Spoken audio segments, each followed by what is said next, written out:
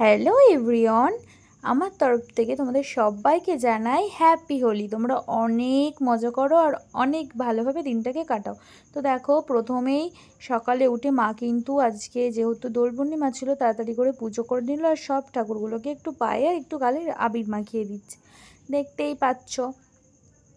দেখো মায়ের মুখে আবির লাগিয়ে মুখটা যেন কত মিষ্টি লাগছে। তারপরে দেখো আমি কিন্তু ওই বাড়ির থেকে চলে এসেছিলাম এই বাড়িতে। তারপরে কিন্তু আমি একটু হালকা করে রেডিও হয়ে গেছিলাম। আর তারপরে কিন্তু দেখো আমাদের শুরু হয়ে গেছে, যেহেতু এই বছর বিয়ের পরে প্রথম শ্বশুরবাড়ির সবার সাথে আমার হোলি, তো আমরা একটু ভাং বানানোর আয়োজন করেছি, দেখতেই পাচ্ছ। তো সবাই মিলে এখানে কাজ করতে বসে পড়েছে আর আমাকেও আমি দেখালাম, দেখতেই পাচ্ছ। আর এখানে কিন্তু আমি করছিলাম মিক্সি, যেগুলো আর কি গুঁড়ো করার ছিল। তারপরে কিন্তু আমাদের এখানে ফলগুলো কাটা হয়ে গেছে। তারপরে এখানে দিদি এলাচগুলো ছাড়িয়ে নিচ্ছে, দেখতেই পাচ্ছ। এখানে আমরা কিন্তু সবাই একদম ফুল মুডে খুব এনজয় করছিলাম। তো খুব ভালোভাবে দিনটা কেটেছে। দেখো কথা বলতে বলতে কিন্তু আমাদের পুরো কমপ্লিট। দেখো কতটা সুন্দর হয়েছে দেখতে, আর খেতেও কিন্তু খুব টেস্টি হয়েছিল। তো এটাকে এখন তো ভালোভাবে ঘোলাতে হবে, তো আমরা সবাই মিলে একদম লেগে পড়েছি, দেখতেই পাচ্ছ। তারপরে কিন্তু এখানে দিদি সবার জন্য আর কি ঢেলে দিচ্ছিল গ্লাসে গ্লাসে।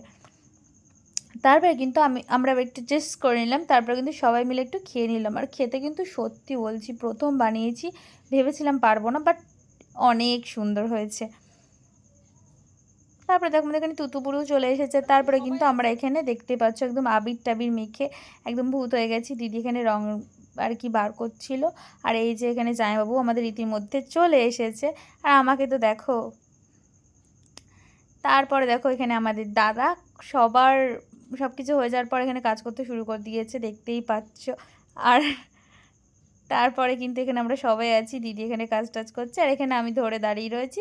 তারপরে আমরা আবার একটু যাব হচ্ছে নিচের দিকে। এবার এখানে কিন্তু ঠাম্মা কিন্তু কাঠের জালে চিকেন কষা করছিল, তো আমরা সেটা দেখে লোভ না সামলাতে পেরে আমরা খেয়ে নিয়েছিলাম। তারপরে কিন্তু আমরা এখানে